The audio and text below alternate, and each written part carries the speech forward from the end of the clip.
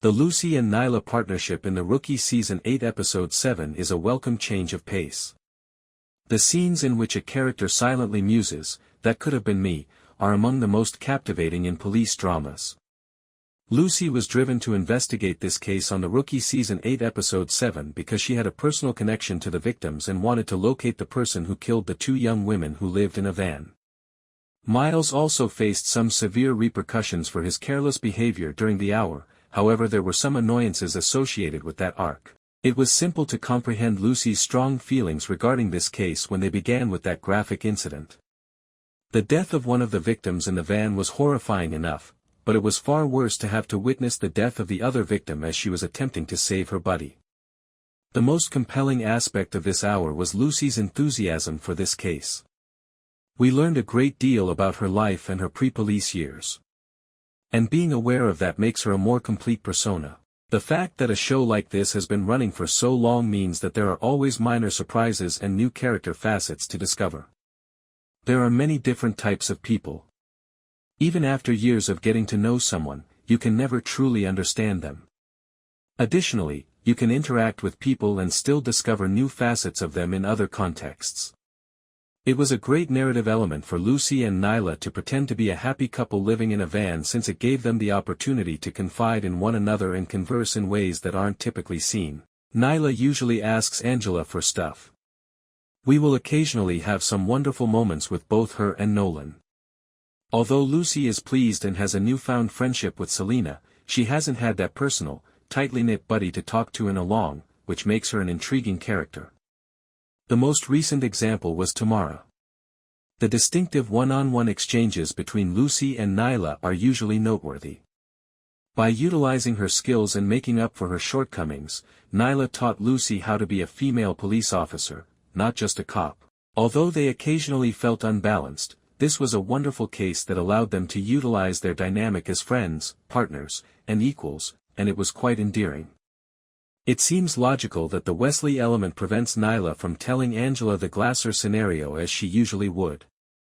Additionally, James doesn't always get her point of view as a police officer.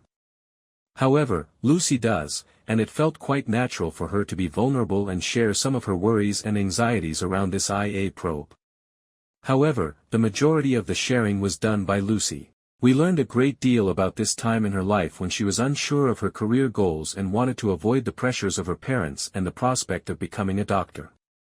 She may have encountered some difficult circumstances and engaged in certain activities that weren't strictly kosher throughout that time. In essence, the only thing that set her apart from those victims was her sheer luck in avoiding falling into the hands of someone who could kill her. Lucy's support of this case was particularly noteworthy due to its intensely personal nature. She pursued justice out of a sincere desire to assist those with whom she had a close relationship, not just out of a sense of obligation under the law. The episode's main message was reinforced when Lucy concentrated on bringing justice to these two ladies rather than aiming for more significant wins or intricate cases. I was concerned, to be honest, that she would decide to close the case and catch everyone there. I continue to be, and I worry if that will contribute to a later narrative point or endanger a much bigger case in the future. We must determine whether obtaining justice now will not be a problem in the future. The emotion Lucy couldn't control after the case was closed and the murderer eventually acknowledged his actions was one of the hour's highlights. Reminding her that it's acceptable to feel her emotions, Nyla stood next to her as they gazed at the ocean. She was such a gentle, kind moment of emotion. We know Nyla is the best of the best, and Lucy is amazing at undercover work. It felt like a sincere reminder of how much of a mentor Nyla was in that area. Although Lucy struggled to think back on her history and the Glasser case still looms over Nyla and stresses me out, it was good to see that they were genuinely attached. But this whole incident with Miles was less pleasant. This plotline annoyed me since it seemed to regress the characters for the sake of the story. Since we've had Miles for some time, he's largely overcome his sense of displacement and sporadic behavior related to his former way of life in Texas. Without a doubt, Miles is sincere, but everything about this case, staking out during his free time, pursuing someone into a car wash rather than simply meeting them there, and almost getting himself and Seth killed, was incredibly foolish and careless. Miles is also not a moron. I'm just trying to figure out why he's reached this point where he's not sleeping and engaging in illegal stakeouts during his free time in an effort to prove himself or something. Does he need to prove anything else? We have witnessed him get by and experience his developing pains. This seems like a story point that ought to have occurred when he initially arrived rather than now. Its only objective is to prolong his rookie status. It was startling even for Tim to fire him in the heat of the moment.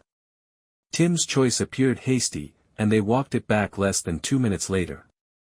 Of course, he later took it back because St. Nolan supported him. Additionally, it appeared to be a calculated attempt to win over viewers to Seth once more. They're slowly making their way back into the series, and I'm not really sure why or what the point is.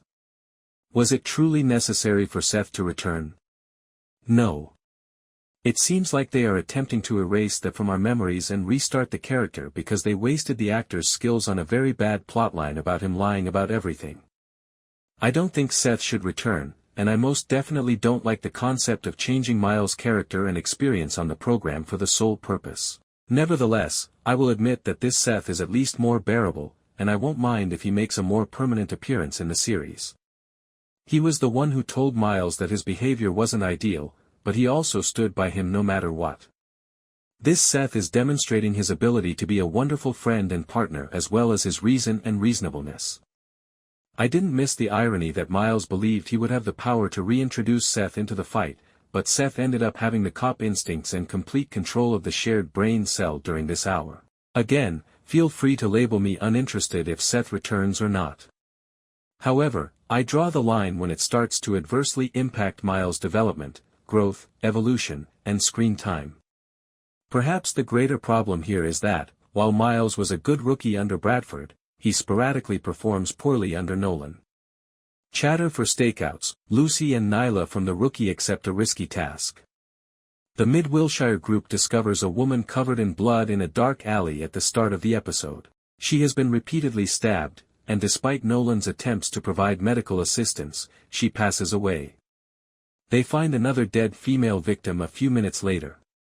These two women were living in their van and were buddies, according to Lucy and Nyla Mikia Cox. They most likely worked as drug smugglers for a cartel that transported goods from Mexico to California. After graduating from graduate school, Lucy acknowledges that she also lived the van life for 9 months. As a result of her prior suffering, she is fighting to go underground to secure justice for them. It's obvious that Lucy sees parallels between these women, who aren't around to defend themselves, and herself. Because of her enthusiasm for the case, she and Nyla are authorized to conduct an undercover operation. They pretend to be in love and go to the same beach where the two women had previously gone. The procedure is scheduled to take 4 weeks, and although Lucy and Nyla find it difficult to leave Tim Bradford, Eric Winter, and their families, they both understand that this is a crucial assignment. This collaboration is fascinating because we don't see Nyla and Lucy together very often. We find out that Nyla has always only wanted to be a police officer, while Lucy left graduate school after having a panic attack and realizing she needed to make her own decisions in life. The women meet Chase, a helpful man who lives in the camp, for the investigation. Additionally, they run across Rafael Navarro, who offers them $1,500 in exchange for transporting a small cargo to Los Angeles across the border. Navarro attempts to escalate the situation by encouraging them to bring even more drugs into the United States when the initiative proves successful. The idea that Navarro is the murderer is only a red herring. Rather, we find out that Chase was in fact in Los Angeles when the killings took place, and that blood was seen on his face as he drove away on CCTV. After he eventually confesses, Lucy is filled with emotion since she has secured justice for the victims. The undercover operation was successful, and it's always entertaining to watch these officers try on different identities and venture outside of their comfort zones. Episode 7 of Season 8 of The Rookie focuses on Miles' poor choices. Episode 7's secondary plot centers on Miles' pen, Derek Augustine. Miles is still a rookie, so it seems natural that he still has a lot to learn, but it's growing difficult to watch him continuously making mistakes. A surveillance mission is given to Miles and John Nolan, played by Nathan Fillion, to track down a dangerous criminal known as Hamster. Nolan advises Miles to stay focused on his work while his buddy is with him and to never go policing off-duty during their stakeout. Hamster is on the run before they can successfully capture him. Once again, Hamster is in the wind after Miles makes a mistake during the chase. Miles decides to go on another off-duty stakeout, exactly what Nolan warned him not to do, in an attempt to prove that he is a decent cop after Nolan expresses disappointment in him. Miles makes the even worse choice of bringing Seth Ridley, Patrick Kelleher, along to keep an eye on Hamster. Now that Seth is a civilian, the stakes are only going to get higher. Seth's return never really excites me, and his character's participation seems unrealistic. We find out later that Miles and Seth have been carrying out this stakeout for 2 weeks in total. When Hamster finally shows up, Seth has already gone to buy some lunch. Miles is shot by the criminal, but fortunately, Seth returns in time to see the action from a distance. Miles is forced into a car by Hamster while Seth phones Nolan for assistance.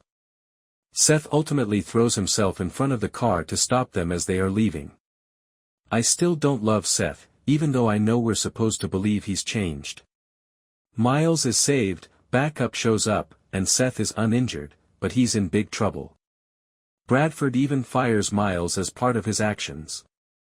However, Nolan is still on Miles' side and has persuaded Bradford to grant Miles a 2-week leave of absence and a 6-month extension of his training regimen.